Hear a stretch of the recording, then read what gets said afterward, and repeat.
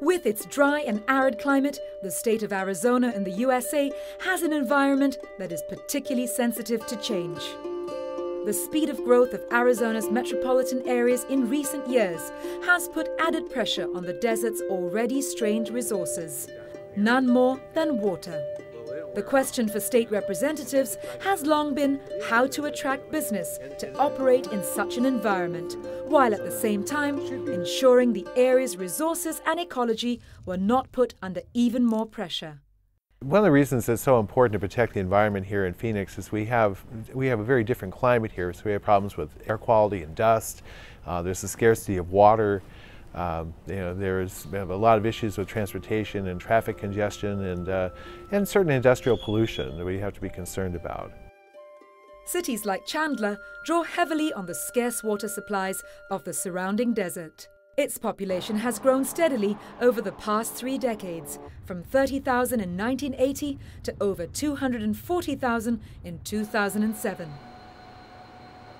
Growing concerns about groundwater quality and quantity means businesses here were left with little choice but to work with the state authorities to find ways of reducing water usage. Intel, a leading producer of microchips, computing and communications products, is one of the largest companies in the region. Built in 2007, its Fab 32 plant is based in Chandler and employs 1,500 people. In 1998, the company formed a partnership with the City of Chandler to find ways of using innovative technology to help address the growing water problem. Today, the plant recycles 76% of its water used in the production process, all of which is used on the surrounding environment and within Chandler itself. Surrounding farmlands use the recycled water from the Intel plant, reducing the need to draw on depleted groundwater reserves. It's really important to be a good steward of energy and water and waste because the community expects it. We sit on about 700 acres here in Chandler, Arizona, and we're an integral part of the growth in this region. It's a very growing economy, and it's important for us to play our part and not to be a negative impact on the environment, but a positive impact on the environment. Intel went about transforming the way the plant works by setting aggressive water conservation goals. It developed a system to re-inject clean water back into the aquifer or groundwater deposits. We built a wastewater treatment plant for the City of Chandler for them to operate. We take water from the city, we reuse it here on site in our manufacturing process, as well as all the industrial processes and all the irrigation and landscaping you see, and then we send it back to this wastewater treatment plant that we help build. It re-injects the water back into the aquifer to recharge the local water supply. Intel's efforts for sustainable resource management are not just limited to water. Half of the energy used in the plant, and in fact all of Intel's US operations, comes from green power sources, making Intel the largest purchaser of green energy credits in the US. The achievements have not gone unnoticed, and in 2007, the Intel plant in Chandler was awarded the Water Efficiency Leader Award by the US Environmental Protection Agency. And Intel has been voted at the top of the EPA's latest Green Power Partners list, all of which has been warmly greeted by the residents of Chandler. Intel has come in and given, and they never stop their research. So the ability to accomplish more things, and in the saving of water and the use of water has been phenomenal, and we are eternally grateful. The achievements in Arizona have meant Intel is now transferring its green work ethic elsewhere within the business.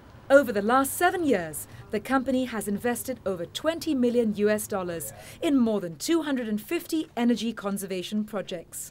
Through these projects, it has saved in excess of 500 million kilowatt hours, enough energy to power about 50,000 US homes. In the last decade, Intel's Chandler facility has recycled more than 57 tons of solid waste. This is estimated to have saved approximately 3,000 trees or 48 acres of forest, 700,000 gallons of water, and 1.2 million kilowatts of energy. The revenues generated from this recycling program have been used to fund Intel's Health and Wellness Center, used by employees. Intel aims to reduce energy consumption in its manufacturing operations by 4% each year, which combined with its green power purchases will reduce CO2 emissions by 20% by 2012.